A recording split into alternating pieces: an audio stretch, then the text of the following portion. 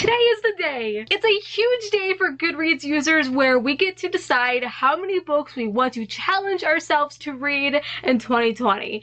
Except for me, if you read the title of this video. And I'm really excited for all of this, so I want to bring all of you with me on this journey and basically generate my fate. You know, a normal person wouldn't let a random number generator decide how many books they have to read in 2020, but I'm psychotic, so I am gonna need some moral support here. I might need a therapist after this. So to lessen the blow, you probably want to thumbs up this video. It'll make us both feel better. Now, whether or not you participate in the Goodreads challenge, or whether you set your number to 1 or to read 200 books, don't let it pressure you. It's all for fun, which is why I'm doing this video, to take that pressure off of you and put it on me. Come on, just give me the burden. I got girthy shoulders. I can handle 11,000 pounds of it. So before we get into the really exciting part, let me take you on a little journey to how my past Goodreads reading challenges have been. Show you what I'm working with and the most books I have ever read in a year, which terrifies me, by the way, because I'll be setting the numbers between 50 and 100,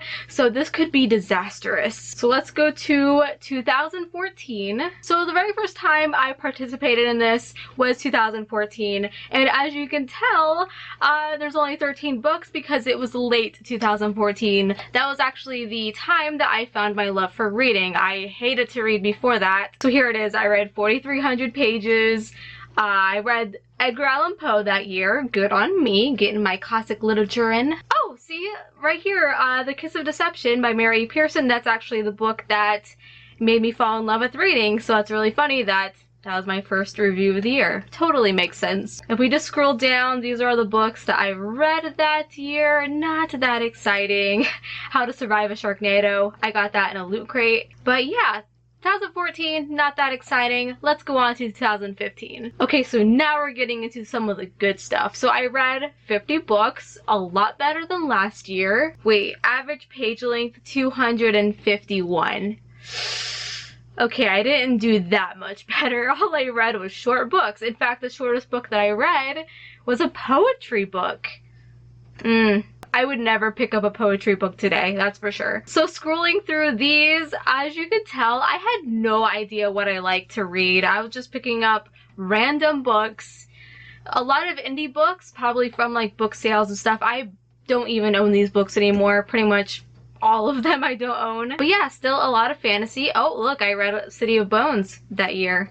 Interesting. So going in 2016, as you can tell, spoiler alert, I read 75 books. That's actually the best year I have had yet. I have never surpassed 2016. So if I randomly generate a number that's higher than 75, that's gonna be a little scary.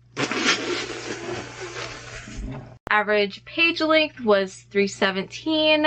I think I read the rest of the Cassandra Clare books. Yeah, as you can tell right here. Oh, I see what I did. There were a lot of graphic novels this year. That might save me again in 2020. Ooh, Alex and Ada. I totally forgot about that series. That's a really good graphic novel series, by the way. Revival, not so much. I binge read The Hunger Games, the Fifth Wave series. Oh my gosh, the Miss Peregrine's Home for Peculiar Children. Ooh, even the Shatter Me series. Wow, that's a throwback. And the Red Rising series. And the Girl of Fire and Thorns. Holy crap, I just binge read series that year. No wonder I read a lot of books. Hex Hall, Daughter of Smoke and Bone. Wow, okay. I'm impressed by the series I binge read that year. Okay, interesting. So let's move on to 2017. So 2017, I read 63 books. Not bad. A little less than 2016, but that's okay. Ooh, The Demon in the Wood by Leigh Bardugo. This short story right here is about the Darkling, and I know people always complain like, why do people find the Darkling so attractive? He kills people. Have you never read The Demon in the Wood? You should. It's the Darkling's backstory when he was a child, if I remember that correctly, and I loved it.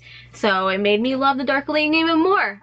Like I said before, I'm psychotic. But I'm psychotic. So more binge reading series. I'm still reading a lot of YA.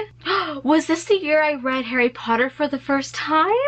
I think it was. Oh, this is adorable. So yeah, I didn't read Harry Potter until 2017. Wow. Lunar Chronicles, The Cruel Prince, Uprooted. Okay. My last review was a bad one. Let's move on to 2018, which is right here. I read 61 books, so again, a little bit less. Ooh, this is when I already read The Name of the Wind with Kristen from Super Space Chick, which was so fun. Ooh, and my very first review of 2018 was Half a King by Joe Abercrombie, which is literally the book that changed my life. I think this year you're gonna see my genre changed slightly to adult. Half a King introduced me to Joe Abercrombie. Oh gosh, I also binge read Throne of Glass that year. Sinless Ascends, Kings of the Wild, yes! I found so many favorites in 2018 because I just was picking up all the adult fantasy and I was loving it. So now on to 2019, this number 66 books. It'll actually be 67 by the time this video goes up. So I will have read 67 books, which is pretty good for me. Not quite 75. 2016 still is holding it over my head. You guys already know how this year went. Pretty much mostly adult fantasy. I found a lot of favorites. I hope that I find even more favorites in 2020. In fact, my next video will explain to you guys like what I plan to do this year, which I'm excited for you to see. Okay, so 2019, not that exciting. You guys mostly know what I read this year. Let's all breathe. It is time to randomly generate the number of books that I will be reading in 2020 or challenging myself to read. So I have a random number generator right here. In fact, I'm going to record my screen so that I can just pop it up right here so you guys can see it better. But I will give you an example on how this generator works. So let me just do 1 out of 10. So if I hold this up for you and I just click it, the number appears very, very quickly and you can see it on the screen to the right. So that's how it's gonna be. I'm going to change this to 50 out of 100. I refreshed it. I'm nervous. This could be really bad. What if I get 100? Like, oh my god, I would freaking die. Okay, we're doing it.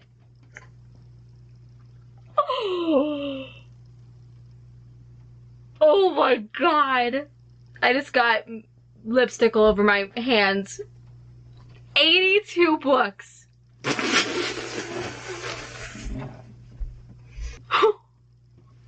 Okay, that's more than 75. Wow, I might regret this. But you know what? That just like challenges me to read as much as I possibly can in 2020. Okay, so I gotta think of it on the more positive side at least. I mean, it could be worse. It could be like 90 or 100. Dang, 82 books. Okay, so if you follow me on Goodreads, which you should, you will see me update my challenge to 82 today.